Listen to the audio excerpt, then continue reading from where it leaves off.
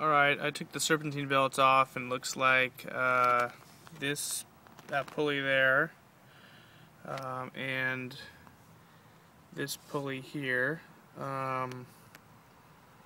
both seem damaged. This one particularly, this one won't spin at all. This one spins fine, but has like rubber residue on it, and this one looks pretty damaged and scraped and won't spin at all. So I think those are my problems.